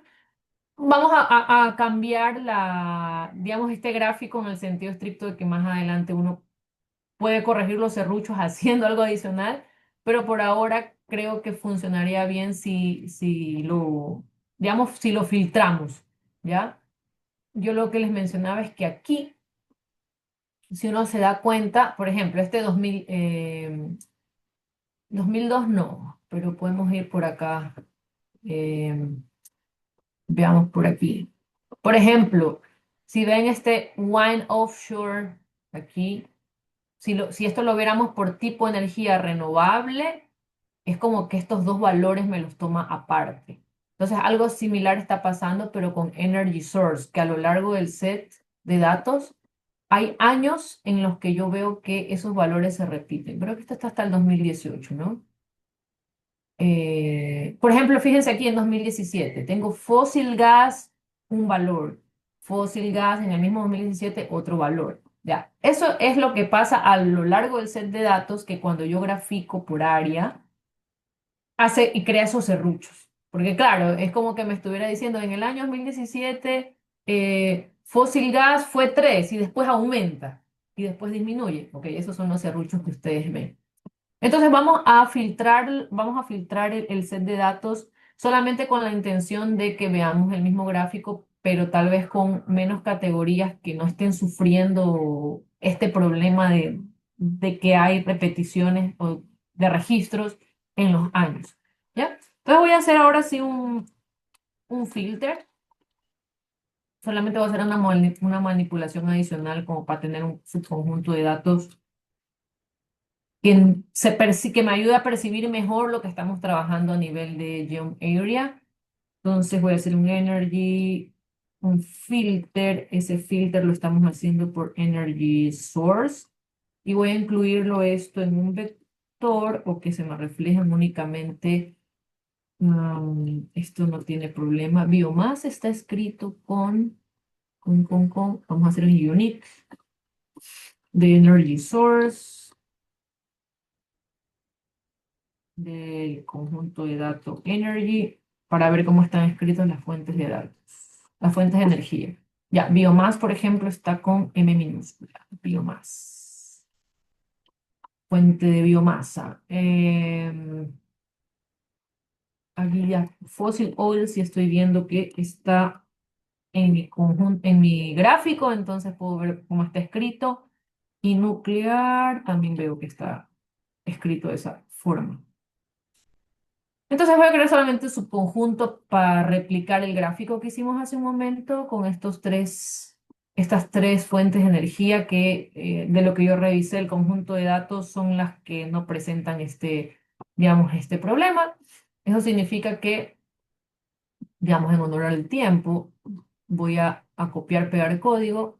Siempre yo resalto esto de no lo hagan, pero por un tema de la enseñanza, es decir, cuando uno enseña codificación en vivo, es importante escribir código, hablar del código que está escribiendo y eso, pues para alguien que está aprendiendo, lo que intenta es pulir esa habilidad en la persona, es decir, que se acostumbra a codificar.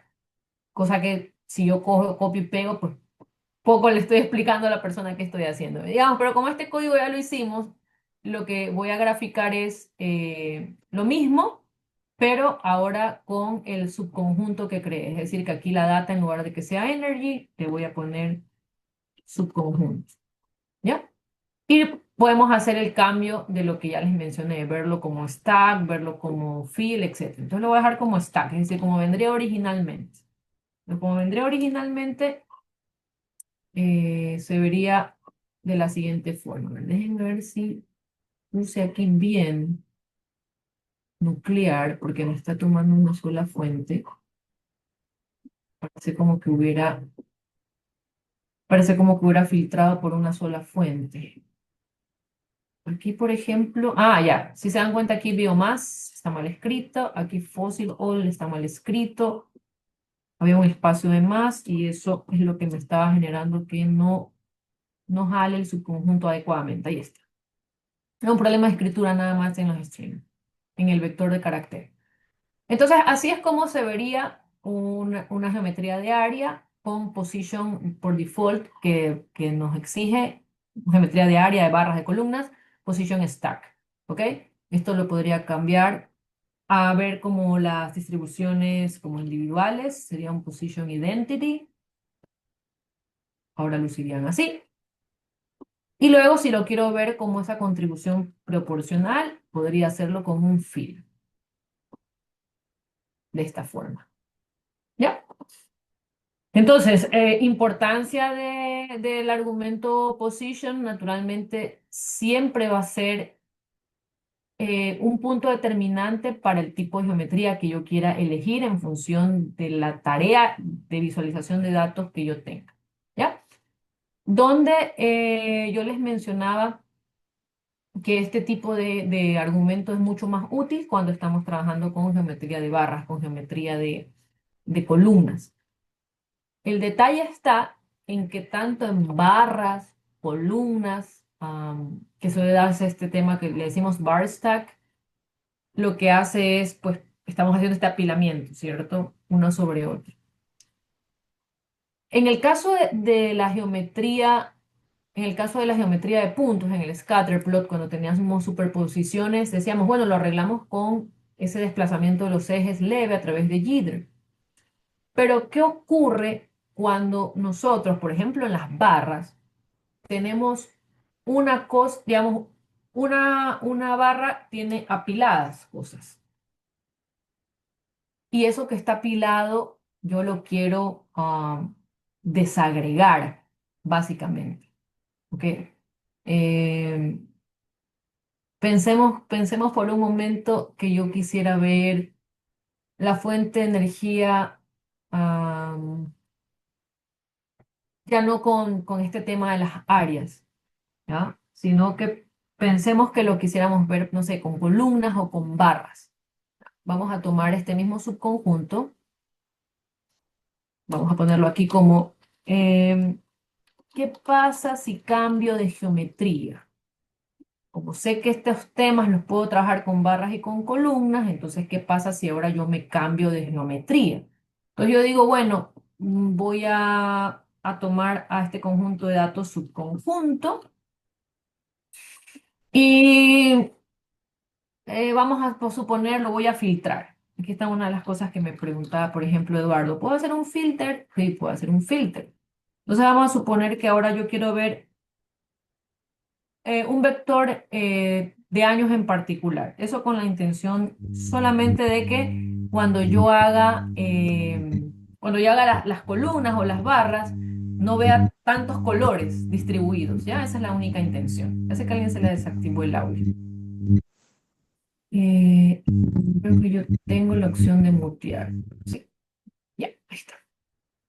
Entonces, esto que estoy haciendo en la línea de código 129, de tomar este subconjunto que está conformado por la producción de energía en base a biomasa, fósil, oil y nuclear, estoy filtrándolo en función del año con la única intención de que cuando yo construya la barra o la columna, no tenga esa barra distribuida con tantos colores, ¿ya? Ni se me hagan tampoco tantas barras, ¿ya? Entonces estoy tomando los años del 2022 al 2024. Es lo único adicional que estoy haciendo. Y yo les decía, bueno, ¿qué pasa si esto ahora lo vemos? Vamos a mapear, estábamos mapeando, eh, podríamos mapear Energy Source, ¿cierto? Porque voy a cambiar de gráfico. Entonces, ¿qué es la idea? Ver en el eje, en uno de los ejes, la fuente de energía y que en función de esa fuente de energía se arme la producción de energía distribuida por años. ¿Ya? Eso es lo que básicamente estoy haciendo.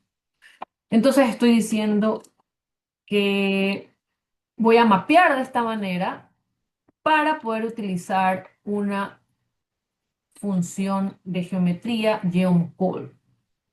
¿Ya? Voy a cambiar solamente de gráfico. Déjeme ver por ahí que se me quedó unexpected end of the document. ¿Será que algo se quedó sin cerrar? Está cerrado aquí. Esto de aquí está cerrado ahí. Y vamos a ponerle un data. Creo que aquí hay algo cerrado de más. Aquí está cerrado el vector, aquí está cerrado el filter y no debería pasar nada más. ¿Ya? Ahora, por ahora lo tenemos así, ¿no? Así es como sería si hacemos un Geon call que esté mapeando de esa forma, no está pasando absolutamente nada. Si yo quisiera que ese tipo de energía, las barras, se vean mapeadas estéticamente por los años, ¿qué me faltaría hacer? Me faltaría declarar un field y como voy a utilizar los años como categorías, le voy a aplicar una función factor a year. ¿Ok? Es, digamos, nada que no hayamos hecho antes, conceptualmente. Y esto es tener un position stack a la larga porque nuevamente tengo cada contribución anual para cada fuente de energía y por eso veo tres colores diferenciados uno sobre otro. ¿Ya? Muchas veces nosotros no queremos ver ya el gráfico así. O sea, ya sabemos cómo manejar los apilamientos a través de position y etcétera. Pero muchas veces esos apilamientos los queremos desarmar. Que quisiera ver el color, que quisiera ver el año 2022 al lado del año 2023 y al lado del año 2024 para cada una de las fuentes de energía, ¿ya? Entonces, cuando nosotros lo queremos, digamos, ver de esa manera, pasamos de estudiar el argumento position a poder estudiar un argumento que es el argumento Dodge, ¿ok? En inglés le decimos hacer dodging de los grupos. Es decir, tomar estas geometrías que por default vienen apiladas y hacerle el dodging es básicamente hacer comparaciones desarmando esos apilamientos. Ya, digamos, es la mejor traducción que puedo hacer al español, digamos, explicándolo, pero es eso, ¿no? Es geometrías que ustedes vean que vienen por default apiladas o que regularmente se trabajan en apilamientos y que por el lado del argumento position no puedo hacer nada más, pero que me interesaría que esto de aquí se separara, hacemos los dodging de los grupos, porque a la larga, si yo tengo la fuente de energía de biomasa, tengo tres grupos, que son esos 3 años que estoy analizando. Y lo que yo quiero es comparar esos tres grupos. Entiéndase, quiero comparar la producción de energía de fuente de biomasa a través de 3 años. Entonces, hacer eso es hacer dodging de grupos. Y eso se hace a través de otro argumento que, digamos, existe dentro de Position, que es Dodge. ¿Ya? Es decir, hasta ahora, si yo empiezo a contar qué contiene el argumento Position, tengo Identity, Stack, tengo Fill y finalmente tengo una opción que es hacer el Dodge de los grupos. Eso no va a ser nada más que dentro de la geometría que me interese, colocar a position con esta otra opción. Ya no va a ser fill, ya no va a ser stack, ya no va a ser identity, ahora va a ser dodge. ¿Ok? Entonces vamos a ver qué ocurre cuando yo hago el dodge.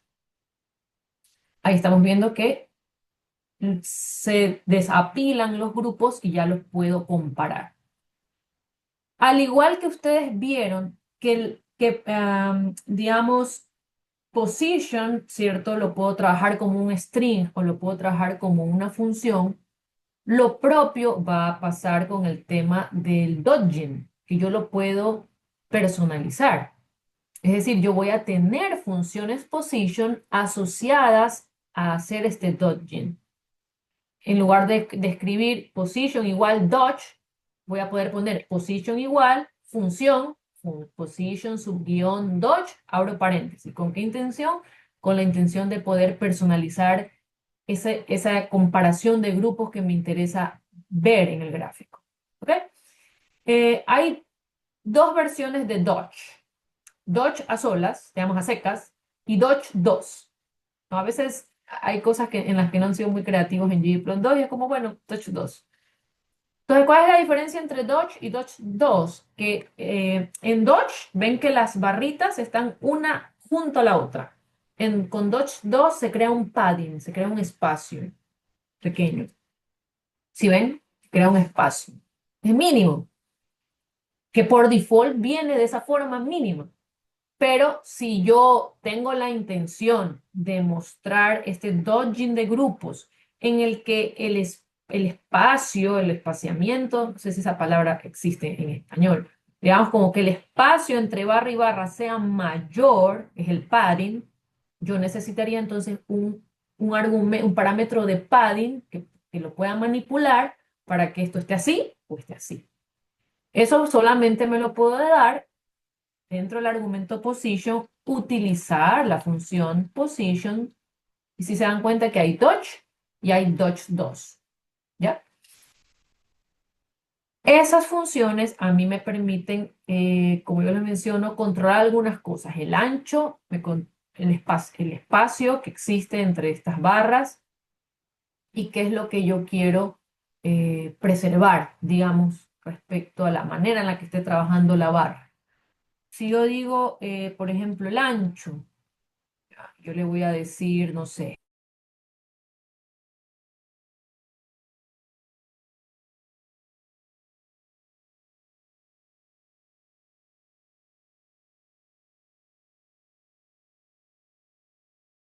paradas, sea 0.1. Yo lo voy a enviar a correr y vamos a ver ahora qué.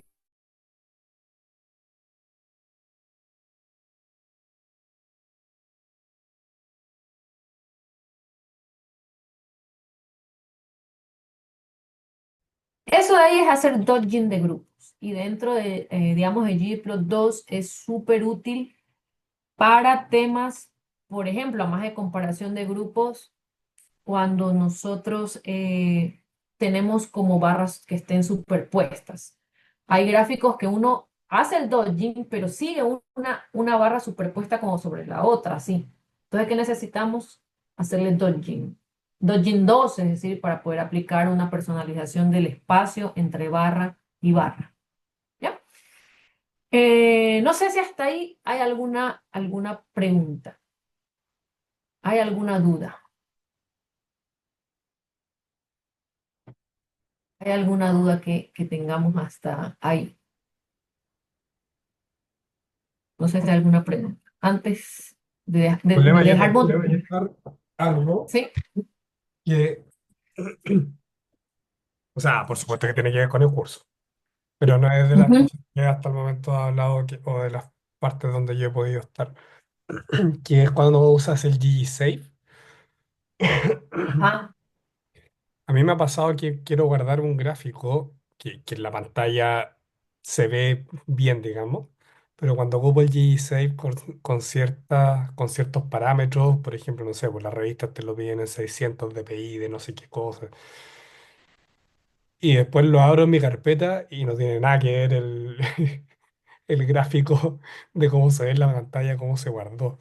Entonces mi pregunta es, ¿hay alguna forma como de guardar con G-Save con ciertos parámetros y todo? O de entender un poco la lógica de atrás para que se vea más o menos parecido a cómo se ve en la ventana gráfica. sí, naturalmente, sí. Mañana nosotros vamos justo a estar viendo el tema de, digamos, exportación de plots. Y ahí vamos a, digamos, un poco a topar esto, ¿no? Uno de los grandes problemas que existen en GG6, sobre todo, porque hay algunas otras formas de hacer el salvado de los gráficos, es que digamos, no está la visión fidedigna, como tú dices, de lo que uno ve y uno graba. Y digamos, lo abre y es una cosa que nada que ver. Claro. Entonces, sí, sí hay forma de controlar como esos argumentos adicionales como para, como que uno diría, es la foto literal de lo que estoy viendo y que se quede como tal. Y digamos, y otras rutas que tal vez pueden ser a veces como un poco, no, la palabra no sería tediosas, pero tal vez un poquito más elaboradas, que vean un poquito más de trabajo para poder conservar eso de lo que tú estás mencionando. Sí, hay maneras de hacerlo. Y también hay otros paquetes, ¿no? Hay otros paquetes, por ejemplo, TidyPlots, que mañana lo vemos. Una de las opciones que tienes es tratar de procurar el trabajo de visualización en la parte científica. De hecho, fue creado para eso ese paquete, como uno diría, gráficos exclusivamente para la parte estadística, ggstatplot, ¿cierto? Que te bota todo el tema de los p-values, etcétera, que construirlo a base Mm. de trabajo duro de ggplot 2 va a costar porque hay que aplicar algunas capas. Pero sí, sí hay forma, ajá, de hacerlo. Mañana lo vamos a explicar ya un poco más a detalle, ya casi que en la parte final, lo de los exporting plots para poder preservar eso, ¿no? Ese es uno de los issues frecuentes dentro de los sporting plots, Ah, que uno se patina, digamos, se queda así como, pero si vi una cosa y me apareció otra, pensé que era un literal. problema mío, como un problema entre el teclado y la silla, pensé yo. Dije, no, no. No, no, sí, es un issue muy frecuente. Muchas gracias. Entonces, Oye, aprovecho, sí. perdón que te Ujú. interrumpa, es que Byron dice, yo sé que lo va a ver mañana, pero para tomar la pregunta de él también dice, ¿acaso se puede exportar a Word? Nunca he exportado directamente, digamos, a Word desde la paquetería, digamos, porque nunca me ha surgido el hacerlo. Pero he visto ejemplos de paqueterías que lo hacen como una especie de bypassado. Yo recuerdo que una parte del ggplot2 bueno, sobre todo, digamos, ya cuando uno va al tema de que se escapa ggplot2, ya es mudarnos a reportería, por ejemplo, en el R Markdown y todo, en Ajá. los que lo podemos salvar como un Word. Pero, pero hay formas bypaseadas de que esa forma en que se guarde esté en un Word. Ujú. Sí, creo que cuarto uno puede exportar en Word Sí, todo el totalmente. reporte. Todo el reporte lo puedes exportar. Sí, un poco ahí lo que, por ejemplo, me pasa a mí, o no sé si le pasa a la mayoría, que dejé hace mucho tiempo de como de utilizar Word, Word, PPTX, entonces poco me ha tocado hacer eso. En temas de reportería sí, porque digamos hay como clientes que te piden las cosas así, entonces exportar Word desde cuartos y cuarto, Markdown. Pero sí, los gráficos, hay formas bypaseadas de poderlos llevar a Word también. Lo puedo, digamos, dejar visto para la sesión de mañana, así mostrarlo. Si es uno de los intereses que existen, lo puedo mostrar. Muchas gracias.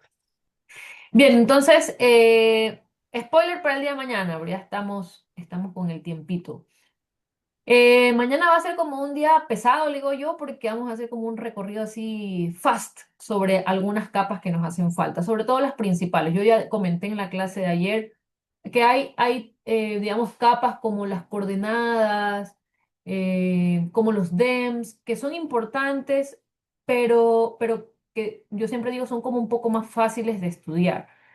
Hay otras cosas como por ejemplo extender este tema de los argumentos de position, las escalas o scales y a veces también un poco el tema de los facets que requieren un poco más de explicación. Entonces mañana vamos a estar recorriendo principalmente esas dos, sin lugar a dudas de que pueda mostrar el tema de DEMS para ahí embarcarnos a la comparación de la mayoría de cosas que hemos visto aquí respecto al paquete de tidyplots, ¿ok? Tal vez personas que no tienen tanta expertise en el tema de programación y que encuentran que eso es una barrera, el tener que hacer tantas líneas de código para un gráfico de barras que esté desapilado, representa un desafío. Bueno, tidyplots es una opción para eso. Entonces la intención es en la segunda hora ver tidyplots y ahí aprovechamos de ver lo de la exportación de gráficos y la primera hora ver estas otras dos capas principales que me parecen importantes que sean explicadas, digamos, un poco más desde el punto de vista técnico.